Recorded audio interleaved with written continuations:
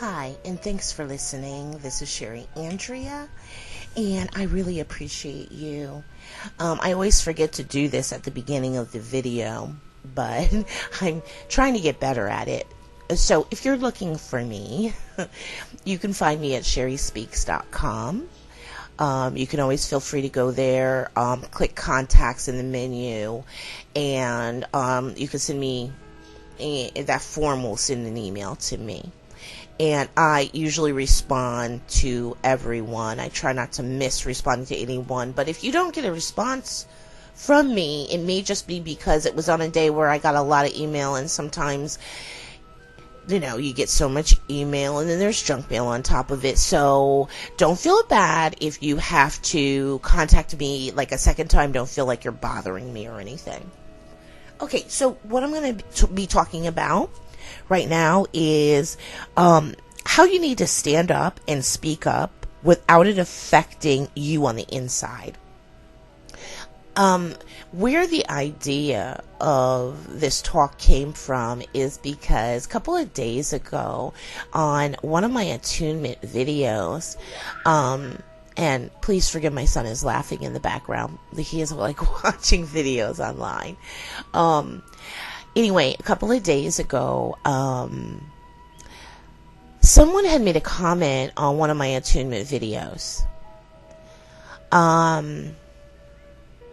Basically saying that, and I'm not really sure what it was that they were against. I'm not really sure what it was that they were not agreeing with when it came to, it was an attunement video. It wasn't even a talk where I was sharing any information or knowledge or understanding I'd gained. And they were saying how, something about, the only way to transmit like Reiki is by love. And a couple of people had commented back and spoken up, and I don't really think any of us that had commented back really maybe even understood where the person was coming from. I'll admit that, because it was an attunement video. There really wasn't, and maybe I should have said, okay, well, what is it that you have a problem with the attunement video?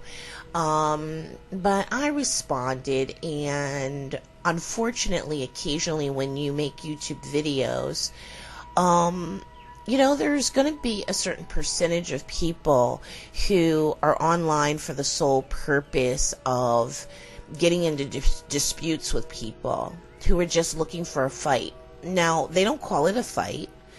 They call it a debate.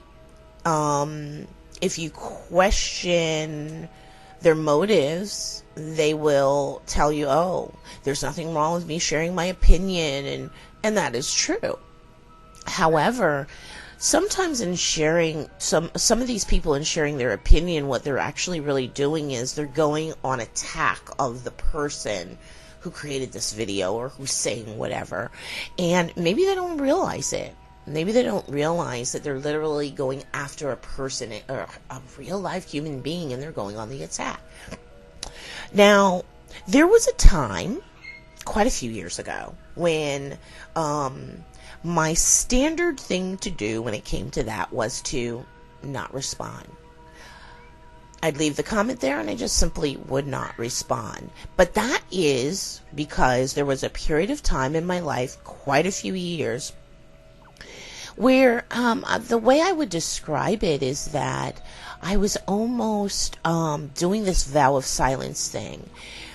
And I really thought of it in that way. This is my form of doing a vow of silence. And I had told myself at one point that until I get control of my negative ego, and until I stop feeling this, and I know you're going to know what I'm talking about. Sometimes when someone says something to you and you're getting ready to respond, you literally feel this burning in the pit of your stomach. It's like this burning you feel, and you get all hot. You feel your heart starting to beat faster and to start racing. you feel yourself getting upset from the inside out. And I had told myself that until I could get control of me, that I would basically stay silent. Now, some people don't agree with this method. Some people feel like it doesn't do any good, that it's you just kind of pretending, you know, like in the law of attraction, you know, there's some people teach fake it until you can make it, fake it until you can actually do it. So some people actually don't like that technique because they see it as a faking it. I didn't. I kind of saw it as a using a method that was like taking a vow of silence. Sorry, I had to push pause for a second because my son was laughing so loud. Okay, so I'll give you an example of what I'm talking about. One of my biggest challenges in this lifetime has been with my parents. I have two parents who are like A-type personalities. So a lot of people are used to, they can understand when you have like one parent that, you know, is that controlling A-type personality. But I actually have two parents who are like that, and they often play off of each other. Look, it's usually, and it's kind of funny now. I can laugh about it. It's kind of funny. But it's like if they are not against each other, they team up and they would be against you. That's kind of how they play off of each other. And so there were times when I would just like, I would leave their house just bawling all the way home. And it was during this time when, you know, I was on my spiritual path, and it had gotten pretty intense, and where I had started being more silent. And a lot of times the things that people would say, I wouldn't respond to it. Now, of course, I was the observer at the time. I was very much trying to stay in that place. Don't react, just be the observer. Because at the time I knew that if I reacted, it wouldn't be my higher self reacting, because I hadn't connected yet with my higher self. I hadn't merged yet with my higher self. And I knew that if I reacted, it would most likely be reacting from the negative ego and from what the negative ego was having me feel. And so I had made almost like this promise to myself that until I got some control of my negative ego, that I would be silent most of the time. In the beginning, it was very hard, because in the beginning, when I first tried doing it, yeah, I would be silent, but on the inside, it would be like, I mean, I would feel like my whole body was like just ready to explode. You know, I would get on the inside, I could feel it. I could feel it in the pit of my stomach. There was this intense heat. My heart would be racing. But then I'd be talking to myself in my head as the observer. I'd be like almost questioning myself. Like, what is it about what they've said that's affecting you so bad? What is it that they've said that's making you so agitated? What is it? And what does this point to that you need to work on? And are they right? Is the reason why you're feeling something this intense on the inside in such a negative way, is it because what they've said to you, that there's some truth in it and you're not liking that? So it took what seemed like an enormously long time. But I got to the point eventually where I began speaking up, but in a really reserved kind of a way. Arguments where people were mad at me and yelling at me, I would speak up enough to just say, you know, I'm really sorry that, you know, I've done something that upset you. And I noticed that with being reserved, still very silent, kind of playing the observer role still, and then when I would finally speak up, saying something that wasn't antagonistic and really kind of apologetic, kind of saying, I'm really sorry, if I've done anything that, upset you so bad, I'm really sorry. And it was amazing what would happen. The response that I would get from people, it wouldn't be them backing off or backing down and calming down and then being able to have a nice calm conversation. No, they would go on the attack even more. And so I had a period of time where I had to work my way through that too. But there is going to be a period of time. That's a sacrifice you made. You have to understand that. That when we do things like I did, staying silent until you can gain the control you need, and then that's a sacrifice you're making. So there are sacrifices that you're going to make along your spiritual path, along your spiritual journey, and that is an example of one type of sacrifice that you're going to make. You're going to make the sacrifice that you're going to basically, for a period of time, be that person that does nothing but turn the other cheek. Let me tell you, it really humbles you when you have to, when you're making yourself stay kind of in that position. It's almost likened to like you're making yourself stay in a crouched down, very, I don't know, in this innocent position. You know how they say that if a wild dog is, coming after you, that you need to kind of like put your head down, not look it in the eyes, and that's how you end up feeling while you're gaining control, because that is what you're doing. You're taking that step back to then be able to come forward, but with control that you've gained over yourself, over your negative ego. Because what you're trying to do is you're trying to almost retrain yourself so that it is automatic that the negative ego kind of stays down and the higher self is what usually is on the surface instead of the other way around. It's not easy to do. I see a lot of people these days write about, the higher self, merging with the higher self, and they write these articles that are all nice. They're very nice, they're very loving, they're very kind, they make you feel really, really good. But look, I'm going to tell you the reality, the truth is, the hardest thing that you will ever try to do is switch that position where the negative ego's on the bottom and the higher self is what's on the top. It's the hardest thing you'll ever do. And some people will say and will tell you, oh, all you need is love. Those people that are spouting about love, they haven't connected with their higher self and their heart chakra. They haven't even begun to really open up their heart chakra to where their higher self flows through. They really don't know the truth about what love really is. They only know it more in a very baser human way, based on their experience. And the reality is, come on, let's tell the truth. What most people have experienced that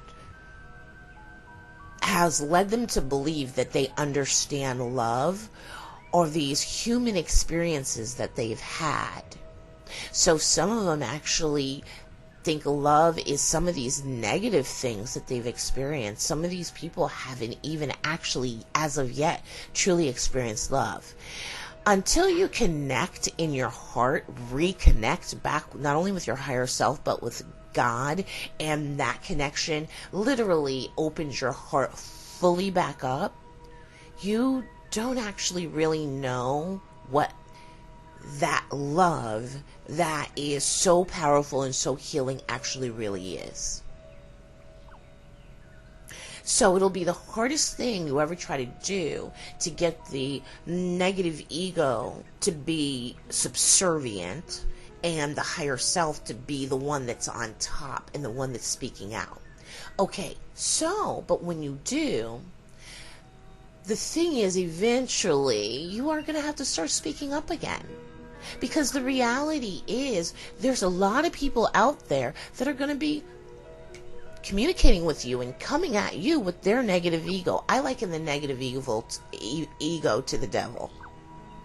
The negative ego is that evil thing that is within them. It is the darkness within them. It's the shadow self, whatever you want to call it. And you're going to have to eventually get to the point where you learn to stand up and speak up. Not against that, but just to stand up and speak up for yourself. Why? Because you have to value what God created in you. That is like the ultimate. And when it comes to respecting God, is to respect the creation that God made, which is you. He made something that's amazing. And when you work on yourself and you've become that clear vessel, you shouldn't willingly let evil stand over you. So eventually you are going to have to get to the point where you can stand up for yourself and speak up and not be afraid to speak up. Yes, there is karma. However, there is a certain way. If your higher self is in control, your higher self will run the show. Your higher self will make sure that you don't cross over any lines. Your higher self will know when it's time to really speak up with somebody and when it's time to be silent.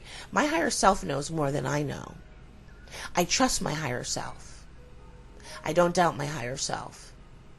So somebody could say to me, oh, well, you're not acting very spiritual because look what how you're speaking up to me. They don't actually say that. People aren't going to say that to you. They're not going to say, look how you're speaking up to me. No. They're going to put it in other terms. They're going to be antagonistic. They're going to be shooting arrows at you. They're going to be like stabbing you in the back with their words. They're not actually going to say, how dare you with your spiritual self speak up to me who is evil. Now, here's the thing. That's not a person's true self. A person's true self isn't evil. However, there are some people whose negative egos are in control of them. You could say it's not their fault, that they're at a place where they haven't gotten control of that. They haven't even understood yet that they're being dragged around by the nose hairs by their negative ego, and their negative ego is being their mouthpiece. There are people that don't know that that's where they're at. You're not against them, their true self. You love their true self. You can see their true self through all of that. However, you still have to get to the point where you can speak up for yourself and you can stand up for yourself in a way that is of your higher self. Now, it's not always going to be all nice, sweet words of love. That's not the reality. Now, some of you may not understand where I'm coming from, so before you are ready to say you're wrong, let's just think about it. Let's think about some examples of that. There have been so many enlightened masters that have actually attained full enlightenment. And there were times when they appeared not to be so nice. There were times when they stood up and they said unkind words to people. I remember Osho's response to some people who had written to him, and I remember his response not being too kind, and I remember thinking, oh wow, he's really tough. I mean, talk about like a tough spiritual teacher. He's really tough. I mean, he just like put it out there and called it like he saw it without almost like he had no worry or concern for karma or anything. the truth is, I mean, a lot of people are like, oh, it's all about love and light, and that's a great idea. That's a great concept. However, do your research. Research and learn about some of the enlightened masters that have come before you. Read about them. One of the books that I really liked was this book called The Three Dangerous Magi. And it was an awesome book to read because it allowed you to not only get to know about these three enlightened masters, but also the author had done the research, so it was like you were also getting to see what you could call their flaws. What you could say was their darker side. But look, they were fully enlightened. So now that begs the question, which I remember myself having, is, can you become fully enlightened without being perfect? Perfect in every way, shape, or form. To be fully enlightened, must you first become that person that never utters an unkind word, or what's perceived as an unkind word? Because a lot of what we're talking about is perception. A lot of the reasons why you will end up having to stand up for yourself is because people will go after you because of the perception they have of what you've done or what you said. It's just a perception. And then you have to, with your higher self, make the choice, make that decision, and your higher self should really be the one making it. When it's time to speak up and when it's time to let things go, you'll know, because your higher self will let you know. You will feel it. You'll feel it inside. You'll feel it from your heart. But one of the things that's really, really, really important that I want to share with you is it's a little test that I used to do. You will know when you're ready to speak up again, because you'll notice when you go to respond, you won't feel it on the inside. You won't feel that burning in the pit of your stomach. So sometimes, okay, when somebody says something to you and you go to respond back, check yourself. What is it that you're feeling on the inside? What are you feeling in the pit of your stomach? Do you feel that burning in the pit of your stomach? Do you feel that those emotions welling up in the pit of your stomach, like in rising up from there? I don't have that anymore. Now, hey, I can go back and forth with her. Look, it's actually kind of funny, but I can go back and forth with a person and it can sound so bad, so negative, and there's nothing rising up inside me. I'm not feeling anything on the inside. But look, it took a very long time for me to be able to do that. The person that I was talking about that kind of went on the attack on YouTube and YouTube comments the other day, at one point they said to me, "Oh, I seem to be really upsetting you." And I didn't respond to it, but I kind of laughed to myself. And I thought, they think that just because I'm doing this back and forth with them, they think it's because they've upset me. No. My higher self just had something to say. My higher self said, no, we're not taking a back seat to the likes of you. We're not taking, because you have to understand, even you stand as an example. That's how you teach other people. You're a teacher right now, and you may not know it. You teach by example. And the one thing that I don't want to show people, or I don't want to teach people accidentally by example, is that you let the devil walk all over you, back down to, no. You just have to know when it's okay to speak up and when it's not.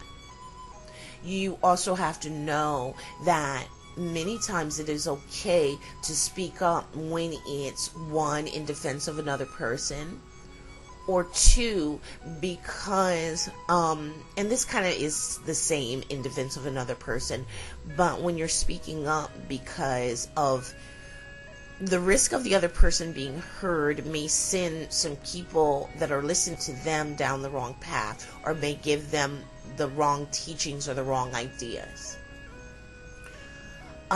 So you may speak up sometimes because it's in protection of the person that's listening to this, and you don't want anyone to get the wrong idea. So you owe it to yourself, your higher self, and God to speak up and say the truth that you were taught, that you were fortunate enough to not only be taught but gain an understanding of. So they don't have to agree with you, and they may keep doing the back and forth, but sometimes all you need to do is just speak up and speak your piece. Now, the other person's probably going to just keep trying to do the back and forth even when you have stopped, but you do have the right to go ahead and speak up when your higher self is directing you to do that. But what I'm saying is, you won't always be affected on the inside when it comes to speaking up and standing up for yourself. Eventually you will get to the point where you can speak up for yourself. You can defend yourself. You can do this back and forth, and actually nothing rises up on the inside. Why? Because you have worked on basically controlling and putting down your negative ego, so that what is actually responding is your higher self. No, that's a whole nother story. Somebody might say, oh, well, your higher self would never do this or never respond like that, because their perception is that the higher self would only speak words, kind words of love, no matter what was coming at it. That's a nice idea, but the truth is the higher self knows when to speak up. The higher self also knows when a lesson is being played out. The higher self always knows everything, even though you may not. That's why it's so important to gain this trust in the higher self. So that's what you're working towards. You're working towards the day when what goes on outside yourself, like what goes on when you're communicating with other people, and you got the back and forth, and you're at work and you're dealing with coworkers, dealing with this, dealing with that, dealing with, check out people in stores being nasty to you for no reason, things like that. So that you eventually get to the point where although you're the observer and you notice these things, they don't affect you on the inside. They don't cause your vibrations to go down. They don't cause anything to happen with your energy. You basically stay right where you are. The expression "hold your light." That is what it means. So, evidently when the person said to me, it seems that you're really upset. No, I wasn't.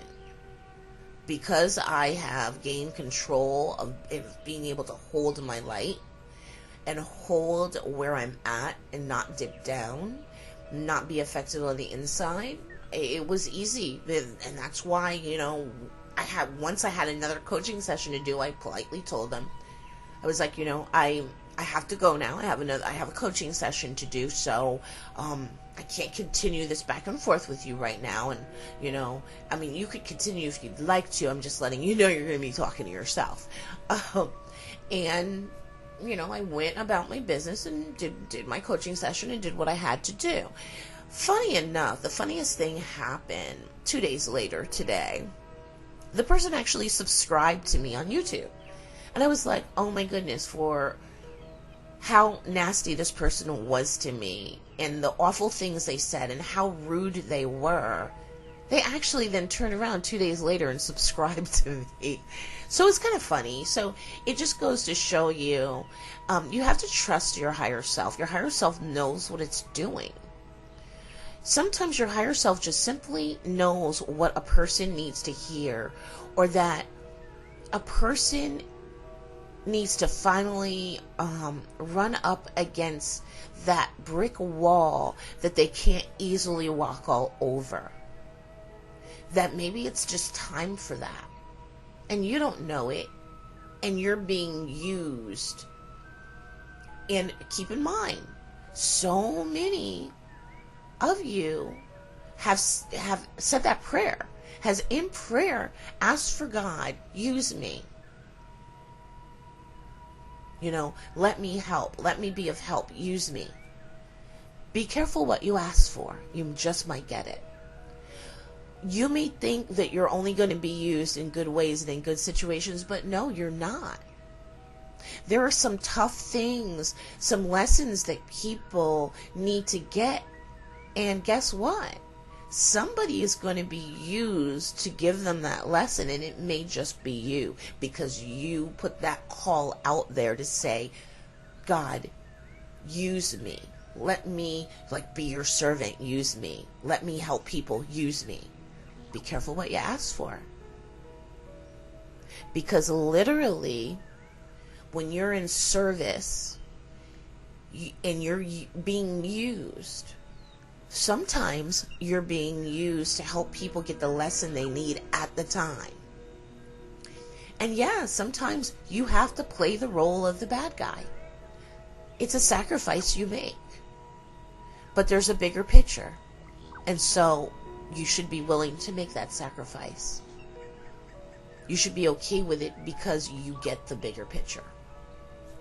So just remember that you may right now be working on controlling your negative ego, and you may be more silent than anything at this time, and maybe you're just being the observer during this time.